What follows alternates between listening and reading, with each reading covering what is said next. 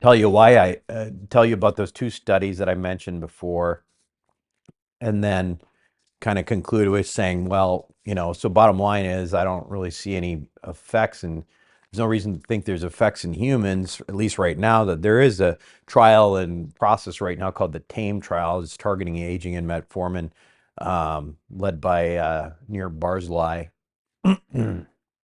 But we don't know the results of that. But until then, I'd say there's no real evidence for taking metformin. And of course, if you don't have, if you still want to, look into what other drugs there are, when it comes to potentially having a true geroprotective effect, an effect on independently, something that seems to increase life span, then you might go to the animal data instead. Okay. And in the animal data, again, so should I start this over? Yeah. All right. Might as well. All right. All right. It's all just conversational. Okay. You want to do an opening or just okay? Yeah. Hey everyone, it's Buck Joffrey here with Sapio, and back here today again with executive producer Ben Hyatt. Ben, welcome back. Thank you. Well, welcome from the darkness behind the camera. Yeah, exactly. Yeah. The hiding. I dressed up for you too. There, that was So, nice. yeah. Where's your shorts and t-shirt? Yeah, exactly. That's California chic, right? Yeah. Uh, no, you had some follow-up questions that you were thinking about that were good for, the ones, the podcast that Dr. Viglione and I did on some of the drugs and supplements. Yeah. Well, I mean, for me, as part of the research of this whole thing, I've done a ton of looking at other people in the space, longevity space, and you guys talked a little bit about, is it metformin? Am I saying it right? Metformin? Metformin. Yeah. And I guess I'm getting confusion because everybody else seems to be talking so much about it. And Yeah. then Like I want to know a little positively. more Yeah. about your thoughts. Yeah. Yeah. Yeah. Well, I think so. What it comes down to, like, I think if you look at historically, in 2014, there was a study out of the UK. Was Bannister was the main author, Bannister et al. And that was, I think, the start of the human excitement around human use of metformin for something other than what it was actually meant to be, which was a diabetes drug. This was a study that, on the surface, what it seemed like was that they compared patients who were on metformin who had diabetes with patients who did not have diabetes and who were not on metformin, right?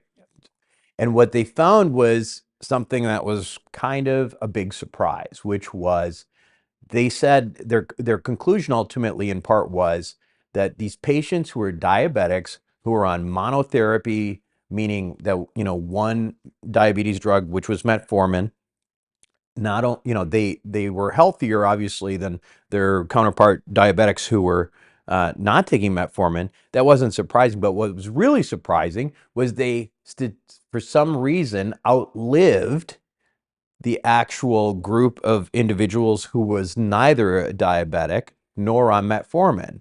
And that has huge implications if that were true. Because what that means is, well, first of all, we talked about diabetes so much at this point with hyperglycemia and stuff. It's a bad disease, It's a right? disease that it just amplifies everything else, right? It's just, it's the mother of all risk factors for every other disease, like, atherosclerosis and cancer and Alzheimer's disease and all these things.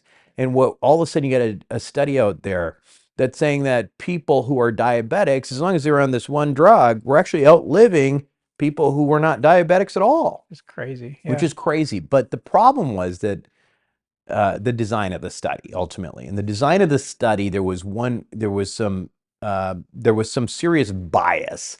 And without getting into too much detail, basically the problem was that every time their target, the people who were included in the study and not kicked out of the study were those who maintained that monotherapy, meaning the one drug for metformin, right?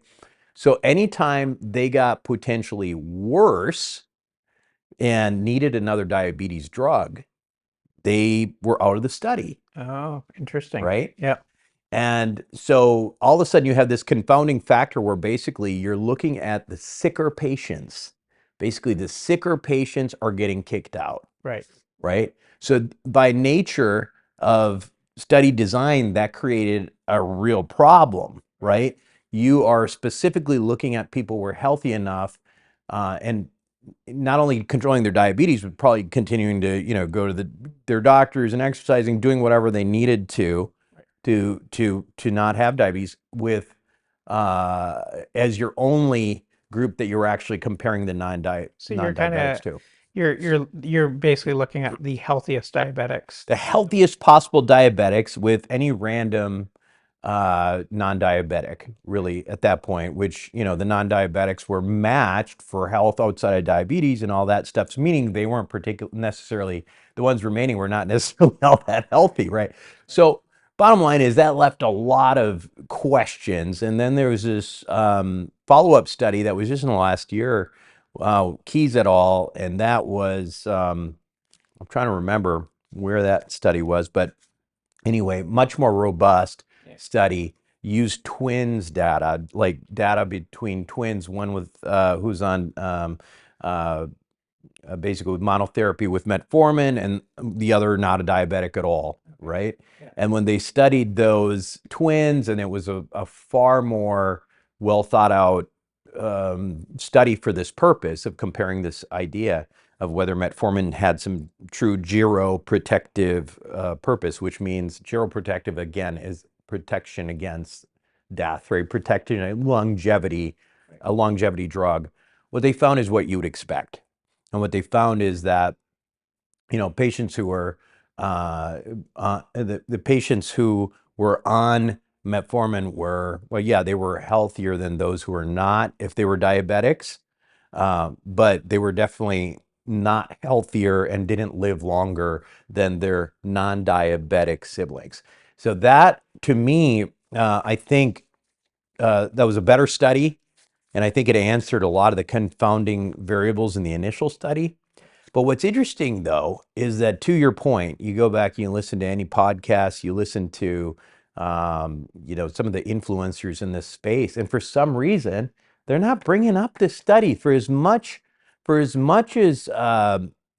there was so much hoopla around the initial Bannister study in 2014, but you barely hear anybody talking about the Key study. When's the Key study? Just last year. Just last year. Yeah, yeah. So that it's kind of shocking to me, because really, ultimately, where does that leave us with, where does that leave us with with this idea that metformin has geroprotective benefit? There's no human evidence of that at all, right? There really isn't.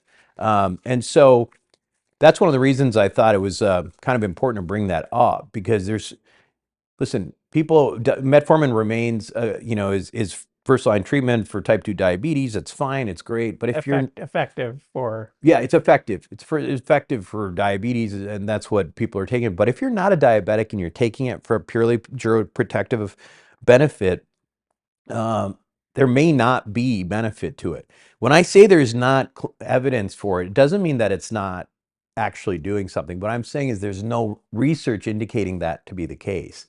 Now, there is a big trial coming up called the TAME trial, and that's targeting aging in metformin, and it's being conducted by a guy named Nir Barzilai, who's a big name in longevity research, who's very well respected, and that study's in process. And so we'll see how that turns out. But in the meantime, no, in my view, there's no reason to say that metformin is geroprotective in humans. Now, we talk about humans, right? In animals, there isn't really much evidence of metformin being a longevity drug either. Okay. Yeah. Okay, so Was it used in him? It's been used. yeah. Yeah, okay, well, so here's the deal. So I don't know if we mentioned this in the podcast, but there's a pretty big program through the National Institutes of Aging, that's called the Interventions Testing Protocol, the ITP. Okay. And that uses rodent models to test a lot of these potential drugs that are coming through the system and looking if they have, again, geroprotective benefit. Meaning, again, the idea is there's something in that drug is doing or that is somehow increasing lifespan in rodents, right? And so there's like a series of drugs that have been tested, and then just to name a couple of them, as we just talked about, metformin. Now, metformin actually, believe it or not, despite all the hoopla, did not show statistical increase in life expectancy of a rodent either. So now it not only has no data in humans that you can rely on, it's really not there in rodents either. So your animal study's not, giving you that information either. So that's one. Another one that was not effective, I think is really interesting too, is resveratrol. Now, resveratrol, do you know which? That's the red. Is that It's the the red red wine? wine one, Yeah. right? Yeah. So that's the one that, again, a lot of the longevity types out there, including me, by the way, I'm one of those longevity types, but the people who are into this stuff, they're taking resveratrol, but in reality, doesn't seem to have a real benefit So the in. studies haven't shown. Yeah, there's really no, I mean, if you go down to like basic science and worms and things like that, maybe there's some study here and there that maybe, but when you come to the higher level mammalian studies like rodents and humans, I mean, so the ITP, in my view, for animal studies is kind of the gold standard right now because they're specifically looking at these are multiple centers across the country. Very, this is really good data. So resveratrol didn't have any benefit. And I think you guys did mention that you'd have to drink You'd have to drink like 1,000 glasses of which would or not wine, not which be would good. probably, yeah, it's not going to work, right? But I've tried, believe me, I tried that in college a few times, but no. Um, some of the things that did work, okay, we talked about rapamycin. Rapamycin was one of these drugs that is used for organ transplant patients. That's how it's best known, but it's a very potent anti-inflammatory. So rapamycin actually did show benefit, strong benefit in rodents, and that is one of the things that we talked about is, something that people should consider talking to their physicians about if they're in that longevity, Is it an space. off-label to Oh, use? yeah, it's off label for sure. And the way that again, this stuff is there's not a ton of research or guidance around this, but typically with rapamycin, it's a pulse, like once a week, low dose, maybe 5, 6 milligrams, something like that. Now, going back to metformin, because of the ITP study, right? So when you think of why metformin would create longevity in humans, I mean, based on what we've talked about so far, why would you think that is? I would think it would reduce sugar. Right, right. So you would say, well, yeah, well that must be it. But in rodents, it didn't do that, right? It didn't increase their lifespan. So then you might be like, well, maybe in these rodents, like, hyperglycemia is not a big deal, and I don't think it really is. They're most common. They almost all die of cancer, right? Do they? Yeah. So what's curious though is that there were two other drugs in the interventions testing protocol that were involving sugar metabolism that both showed a positive benefit in geroprotection. One of those was Acarbose. And Acarbose, you saw me popping one earlier, Oh yeah. right? Yep. Right before I ate something here. It's a really easy drug. It's basically what it is it you take it with the first bite of a meal, and it slows down the absorption of sugar. Okay. Interesting. Simple. And it's actually like I mean, there's some people have side effects that are like GI side effects, but for the most part, there's. So the idea is you pop it, you eat your food, and then it just takes longer for it spreads out the Yeah, sugar. the sugar absorption takes longer. right? So basically, what happens is there are these these transporters in the intestine that take sugar, um, out into the bloodstream. And what these things do is they kind of competitively they compete with those receptors, and so they slow down the activity of sugar release into the intestines. So it's actually a pretty like nice little trick, right? Like if you're gonna have like if you're into having a low carb diet in general and you want a pizza night, take a couple of those. And again, that's not medical advice. I'm just saying like in theory that should help. The other one though, because that wasn't the only sugar drug. The other one that I'm actually really amazed that people are not talking more about in this space is a drug called canagliflozin. Canagliflozin is a in a it's also in that sugar metabolism thing with controlling blood sugar, and it's another diabetic drug, another diabetes drug, just like metformin is a diabetes drug. Same class as No, metformin. it's different. Okay. Metformin has all sorts of different like effects on when you say same class of drug, is that Yeah. what you're asking? No, Yeah. they're not. They're all kind of different. Like metformin has multiple different things that it does, but ultimately what we know is that it makes you more insulin sensitive. But there's all sorts of that's the other thing about metformin. It's not what we call a clean drug. There's not like a targeted mechanism.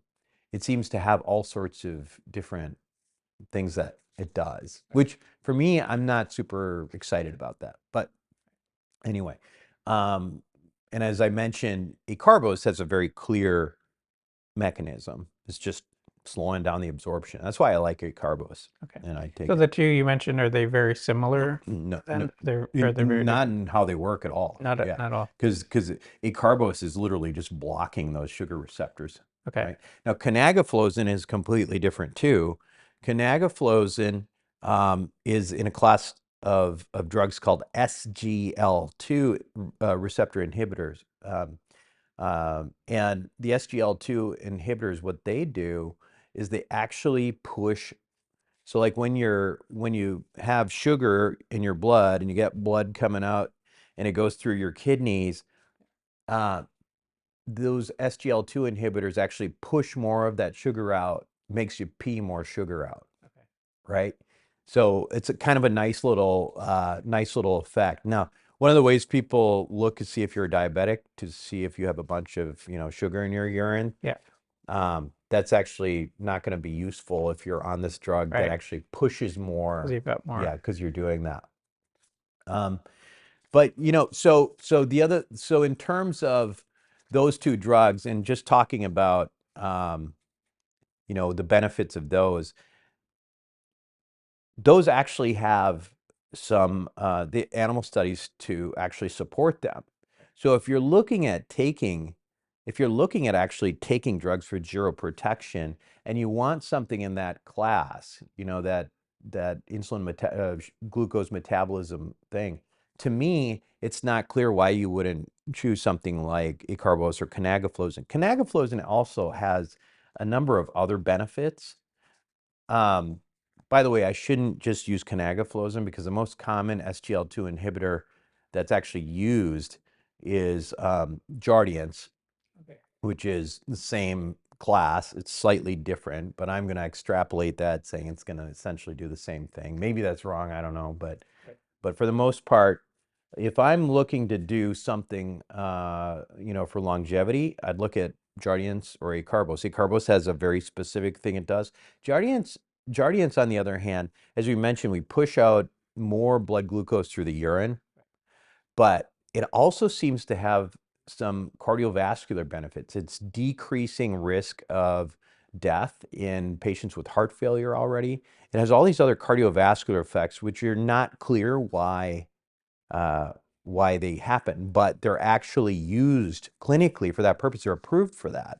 Okay. So Right. they've done Yeah. studies for Oh that yeah, yeah, purpose. yeah. Yeah. Yeah. They put non-diabetics who have heart failure on Jardiance. Really? Yep. Very interesting. So again, the point of all of this is, one of the reasons I wanted to do this podcast is because there's so much information out there, and what what I'm trying to do is gather it like anybody else. I have the advantage that I have a medical degree, you know. But again, I think if we were going to sum all of this up, it would be this. Metformin, I'm not saying it's a bad drug, but I think if you're not diabetic and you're taking it for geroprotection, I would just say, where's the evidence? That evidence might come from the TAME trial. That's something that will change my mind because it's a it's a very rigorous study in humans, right? But in the meantime, um, the things that actually have shown geroprotection, rapamycin, which is not in the sugar metabolism stuff at all, Acarbose would be an easy one to take. And then something like Jardiance. I mean, those are a few that I would consider talking to your physician about.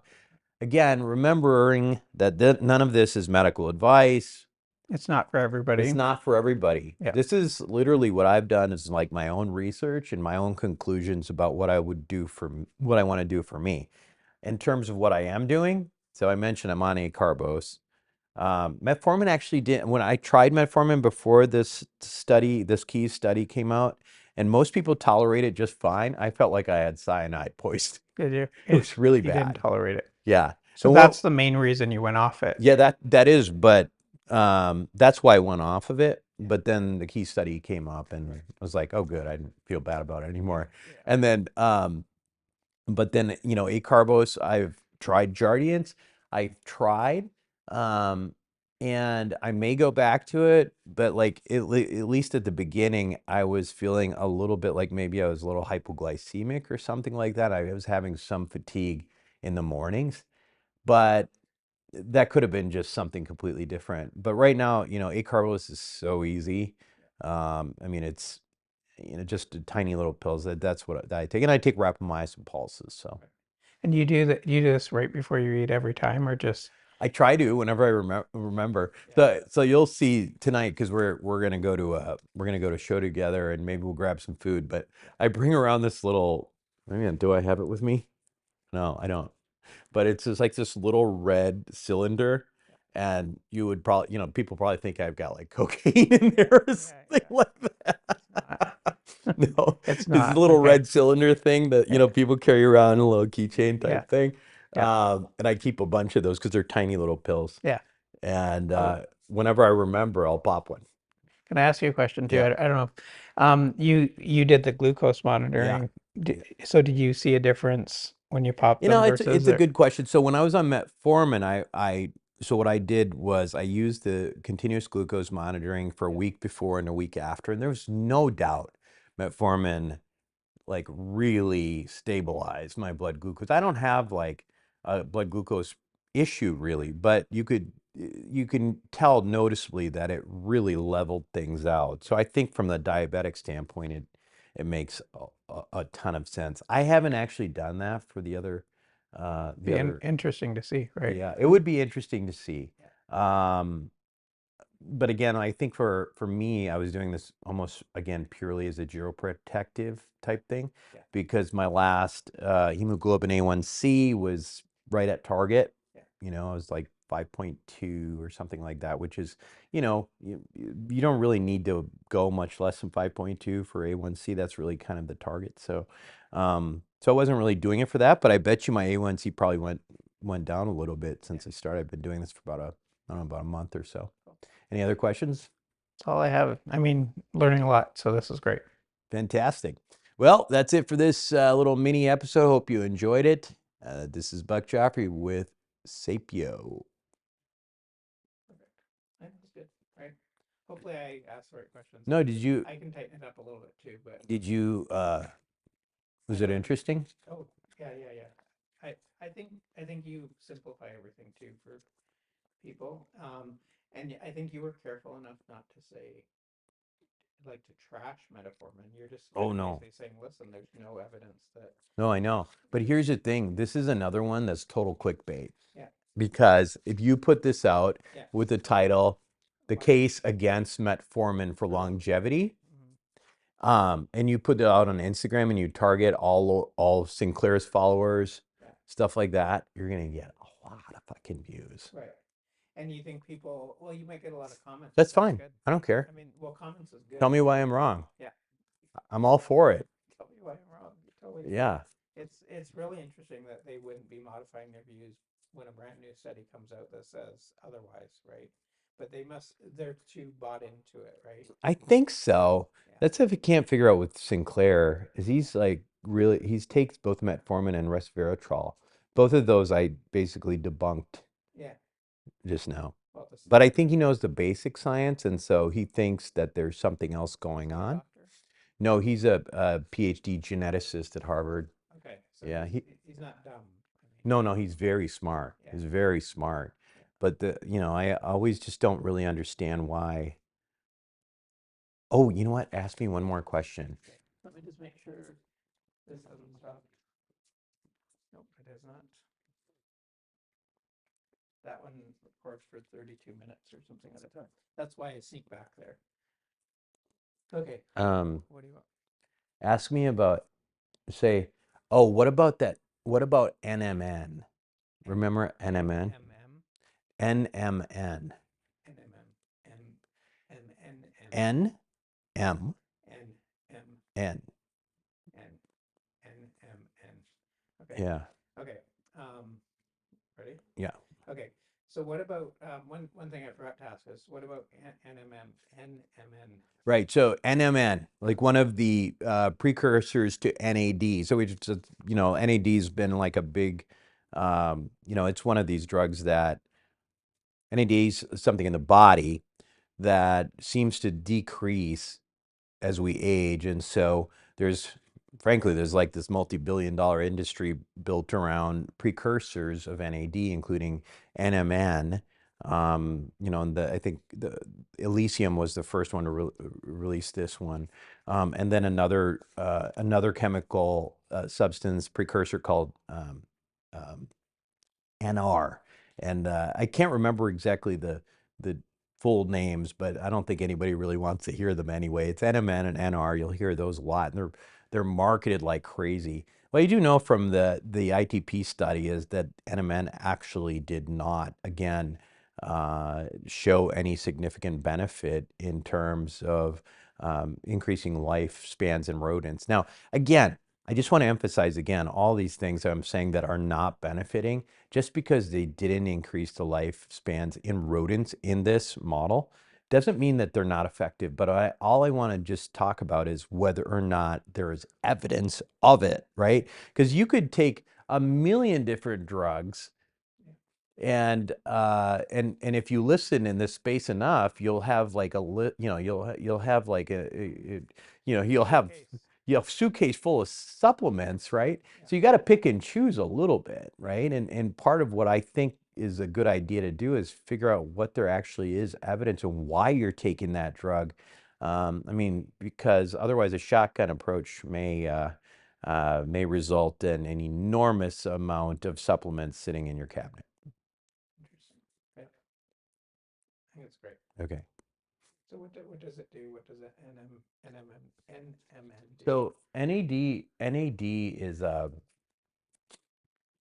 is the molecule that you're trying to raise in your body. Yeah. And by taking NMN or NR, the idea is it increases NAD back up, like the declining NAD that you have when you're aging. Okay. Now, NAD itself is used like it's basically, it works in mitochondria for like, it's sort of the transfers energy. So that kind of thing. It has some benefit, but just not necessarily. We don't know. I mean, in theory it should. In theory, it should. But again, that's not what I'm focusing on. Yeah. I'm focusing on like, okay, you got no human studies, show me some animal studies. Right. You got no animal studies, I don't want to do it. Yeah. Right? Yeah. It's interesting. Okay. No, and that's why like you and Alan talking about this was because everything you're saying, you're not saying do all these extreme things. You're saying, here's something proven you can do. Get proper sleep. We've proven that this helps. Lower your cholesterol before it's really high. Right. All these things. Maybe we should try this Sano one. I don't know this data as well, so I'll be staring down. I don't think I gave you the sauna stuff, did I? Testing. Jardiance. I've heard Jardiance a lot. I don't think sauna's in here. No. All right, let's try this one. Okay, let me make sure everything. I'll start everything fresh just so we have. So, And this one will be reasonably